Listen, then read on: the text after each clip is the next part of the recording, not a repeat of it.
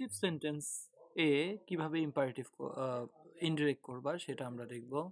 Imperative sentence কিন্তু না বোধক, এটাকে আমরা ব্র্যাকেটে ইম্পারেটিভ নেগেটিভ লিখে রাখি, তাহলে বুঝতে সুবিধা হবে।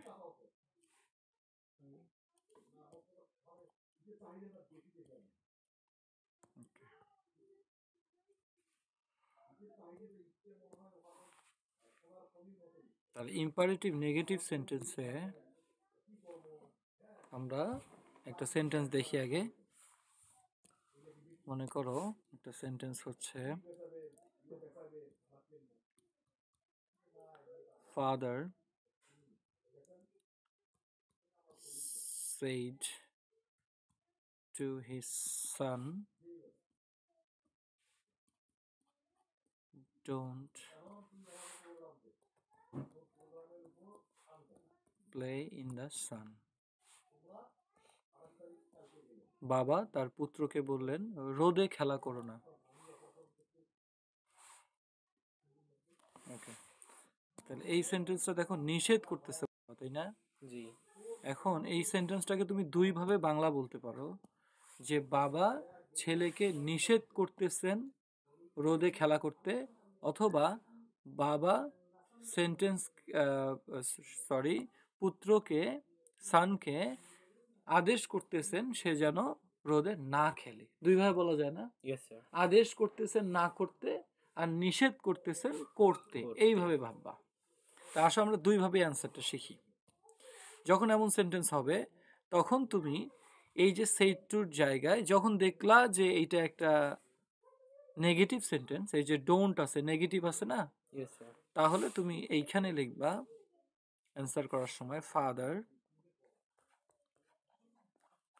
এই যে said to জায়গায় তুমি লিখবা ফরবেড। ফরবেড মানে কি? নিষেধ করা।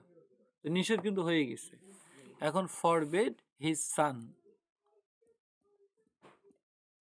এই যে ইনভার্টেড কমা আছে, একটু আগেও আমরা দেখলাম, বললাম না যে ইনভার্টেড কমা থাকে আর যদি মেইন ভার্ব দিয়ে শুরু হয় তাহলে টু প্লাস ভার্ব হবে। এটা তো মেইন ভার্ব দিয়ে শুরু হয়েছে, টু প্লাস।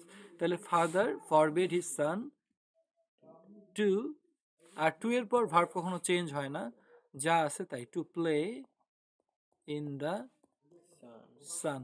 এখানে এখানে দেখো যে ডোন্ট কথাটা কিন্তু ফরবেড হয়ে গেছে, বুঝছো? এই ডোন্ট কথাটা আবার ভাববা যে ডোন্ট ওয়ার্ডটা গেল কোথায়, ডোন্টটা কিন্তু ফরবেড হয়ে গেছে। তাহলে এখানে অর্থটা কি হলো? Father forbade his son to play in the sun, বাবা তার পুত্রকে রোদে খেলতে নিষেধ করেছেন। তাহলে কিন্তু অর্থটা ঠিকই থাকলো। তাহলে এইভাবে তুমি একটা করতে পারো।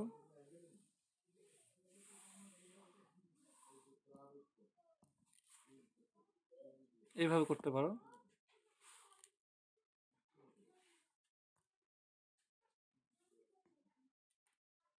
তাহলে এইখানে এই ডোনটা এইভাবে হয়েছে। ওকে, এখন এই সেন্টেন্সটাকেই তুমি আরো একভাবে ইনডিরেক্ট স্পিচ করতে পারো, সেই অ্যান্সারটাও আমরা লিখি। মনে করো এই সেন্টেন্সটা এমন করে লেখা যে ফাদার,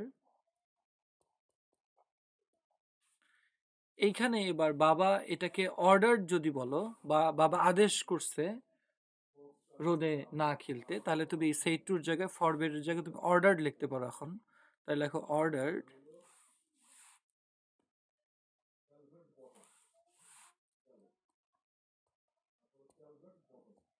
ordered his son. এবার হ্যাঁ, এইবার দেখো আমরা কিন্তু এখন আদেশ করার কথা বলতেছি, তাহলে এখানে রিপোর্টের স্পিচ হচ্ছে এই যে ইনভার্টেড কমার ভেতরেরটা। তাহলে এবার কিন্তু আমাদের নেগেটিভ করতে হবে, কারণ বাবা আদেশ করছেন রোদে না খেলতে।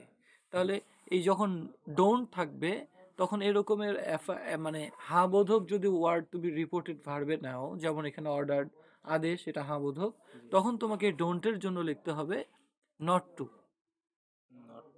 আগে লিখতে হবে নট, তারপরে টু, বুঝছো? এই যে নট টু লিখলে আগে, কিসের জন্য? এই ডোন্টের জন্য। আর যা আছে তাই, not to play in the sun.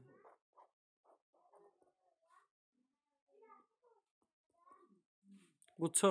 Yes, sir. অর্থটা একবার দেখো, যে বাবা আদেশ করলেন তার পুত্রকে রোদে না খেলতে, বাবা নিষেধ করলেন তার পুত্রকে রোদে খেলতে।